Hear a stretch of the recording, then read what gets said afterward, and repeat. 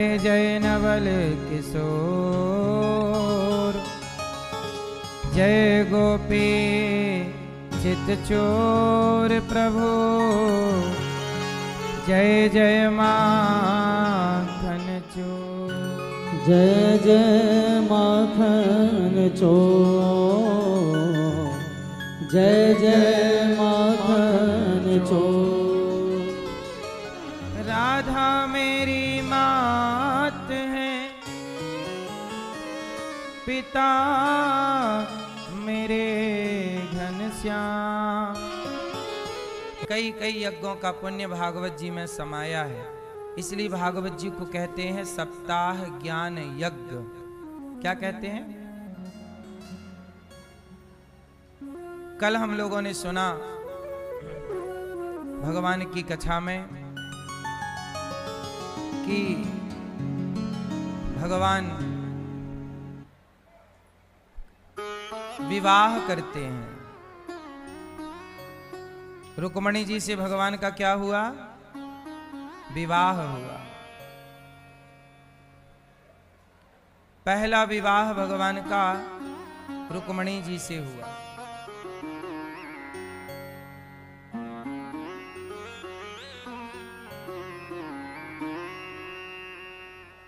पहला विवाह भगवान का रुक्मणी जी से, पुत्र हुए प्रद्युम्न। कौन हुए पुत्र? प्रद्युम्न। आज कथा का कौन सा दिवस है? कौन सा है? 5वां 7वां। भागवत 7 दिन की ही क्यों होती है? क्यों? 2 कारण हैं। क्योंकि परीक्षित जी को 7 दिन में मरने का शाप था, तो 7 दिन में ही, चूंकि 7 दिन ही शेष थे और सप्ताह भी 7 दिन का होता है, सोमवार से लेकर रविवार तक टोटल 7 दिन होते हैं। जिंदगी भी 7 दिनों की है। सोमवार को व्यक्ति पैदा होता है, मंगलवार को समाप्त हो जाता है। 7 में से ही किसी एक दिन आप आओगे और 7 में से ही किसी एक दिन आप जाओगे, तो जिंदगी भी 7 दिनों की है और जन्म भी सनातन में 7 मुख्य माने जाते हैं।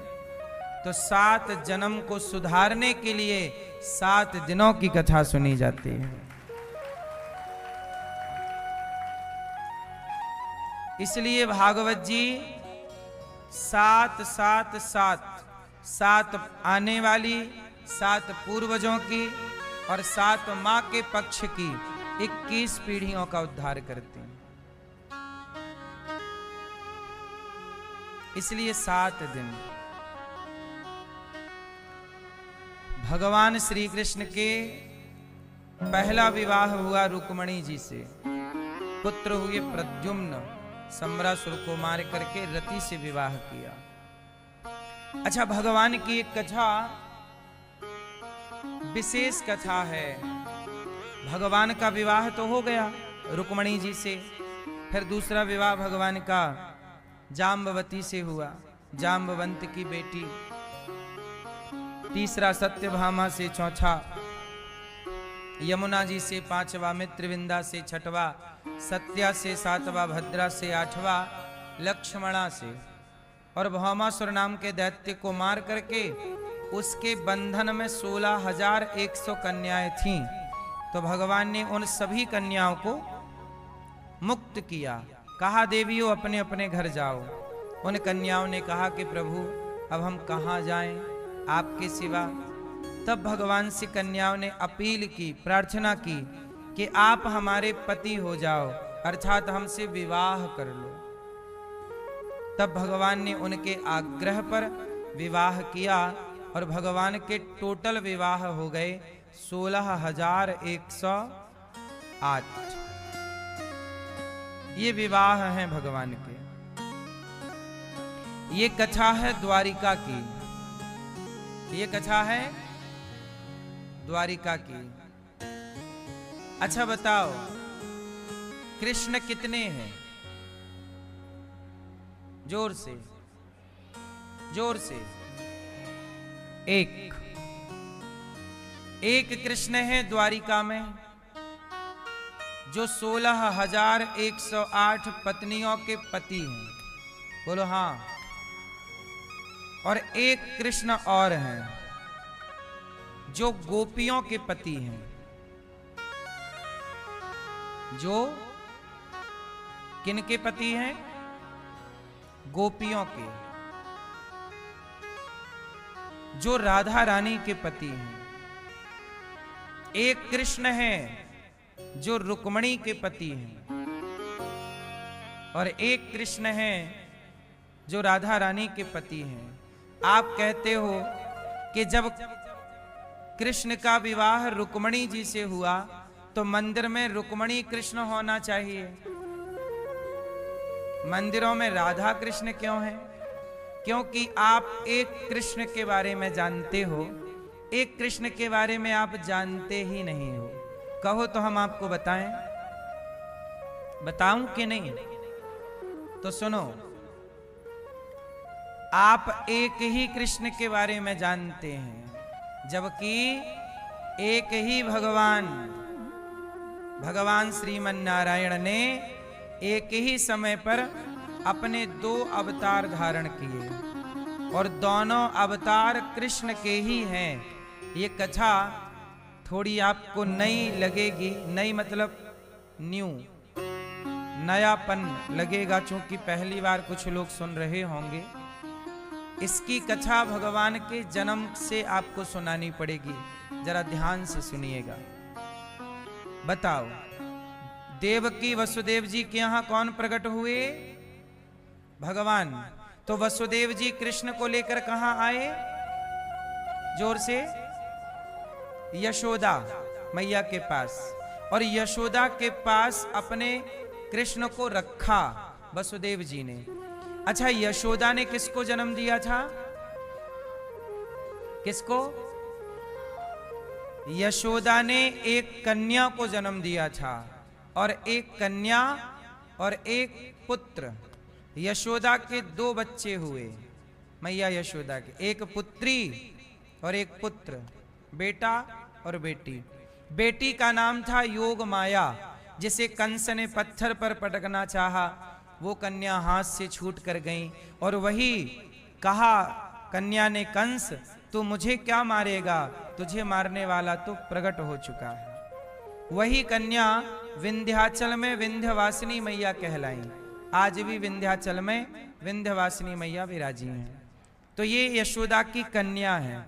अच्छा, यशोदा के पुत्र का भी जन्म हुआ। कौन जन्म लिया? यशोदा के एक बेटा भी है। जब वसुदेव जी कृष्ण को लेकर के गए, तो वसुदेव जी के कृष्ण और यशोदा के कृष्ण, मतलब भगवान एक ही समय पर 2 जगह प्रकट हुए, यशोदा के यहां और देवकी के यहां, और दोनों कृष्ण मिलकर एक हो गए।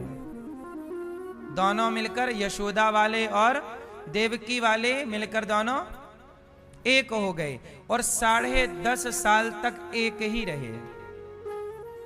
बहुत ध्यान से सुनिएगा।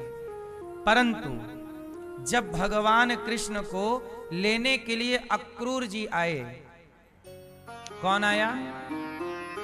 कौन आया? और अक्रूर जी भगवान को मथुरा ले चले, तो जो भगवान कृष्ण वृंदावन से गोपियों को छोड़ करके गए मथुरा, वो कौन कृष्ण है? वो यशोदा नंदन है या देवकी पुत्र हैं?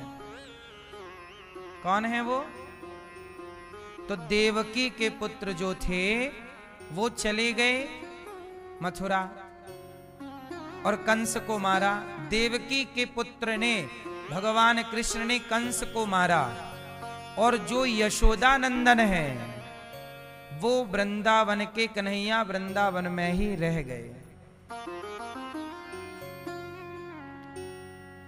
तो जो द्वारिका गए वो देवकी के पुत्र हैं, और जो वृंदावन में रह गए, जो बिहारी जी हैं, जो वृंदावन से कभी गोपियों को छोड़कर कहीं गए ही नहीं, वो यशोदा पुत्र हैं।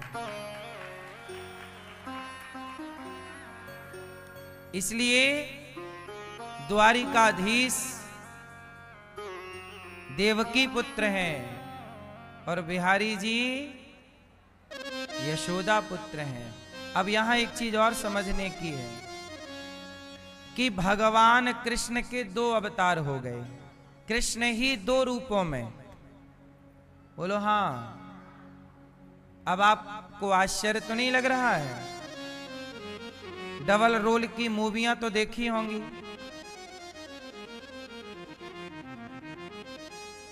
अब यहां एक और बात आपको बताऊं। राधा रानी से भगवान का पहले विवाह हुआ और भगवान का रुक्मणी जी से बाद में विवाह हुआ। तो रुक्मणी जी कौन है और राधा जी कौन है, ये आपको बताना है। राधा जी और रुक्मणी जी कौन है? मैया कौन है? तो आपको मैं बता दूं कि जब श्याम सुंदर छोटे कन्हैया हैं तब कन्हैया का विवाह राधा जी से हुआ, यहीं भांडीर वट में। अभी हम 84 कोस की परिक्रमा आपको लगवाएंगे, तब आप हमारे साथ चलना। अभी कार्तिक के माह में 27 अक्टूबर से 84 कोस की परिक्रमा में हम आपको भगवान की लीलाओं का एक एक स्थान बताएंगे। राधा जी से भगवान का जहां विवाह हुआ उस जगह का नाम है भांडीर वट। वहां पर भगवान का विवाह हुआ।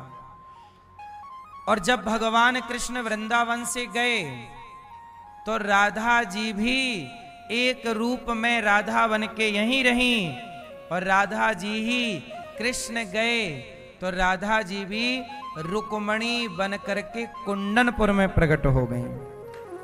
तो राधा क्या बन गई? रुक्मणी, और कृष्ण रुक्मणी का विवाह हुआ। तो रुक्मणी जी और राधा जी में कोई भी अंतर लोग मानते हैं। क्यों मानते हैं?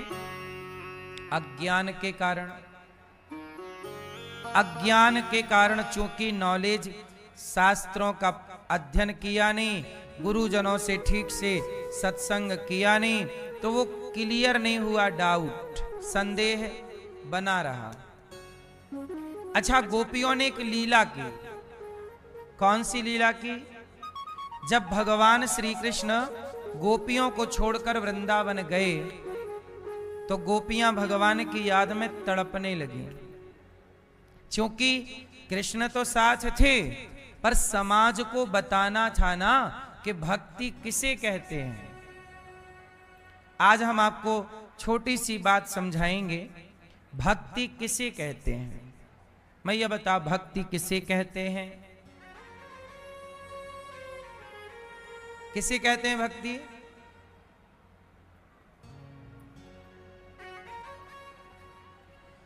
जब भगवान कृष्ण गोपियों को छोड़कर चले गए और जब गोपियां भगवान से दूर हो गईं, तो गोपियां भगवान के लिए क्या करती हैं? क्या करती हैं? रोती हैं, मछली की तरह तड़पती हैं। क्यों तड़पती हैं? गोपियां भगवान के लिए क्यों तड़पती हैं? गोपियां भगवान के लिए क्यों रोती हैं? जोर से, जोर से। क्यों? क्योंकि गोपियां भगवान से प्रेम करती हैं। जहां प्रेम की अधिकता होती है वहीं आंसू होते हैं, वहीं तड़प होती है, और जहां तड़प नहीं है वहां प्रेम नहीं। बात समझ में आई कि नहीं? मैया चुप रहो मेरी मां।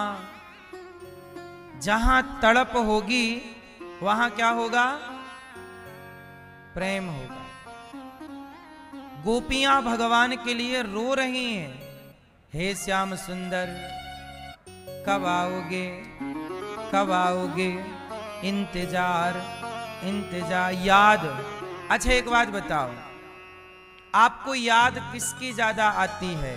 जो आपके पास में है वो ज्यादा याद आता है या जो आपसे दूर हो? बोलो जोर से। जो पास में है उसकी याद ज्यादा नहीं होती। गोपियां कृष्ण से दूर हैं तो याद करती हैं।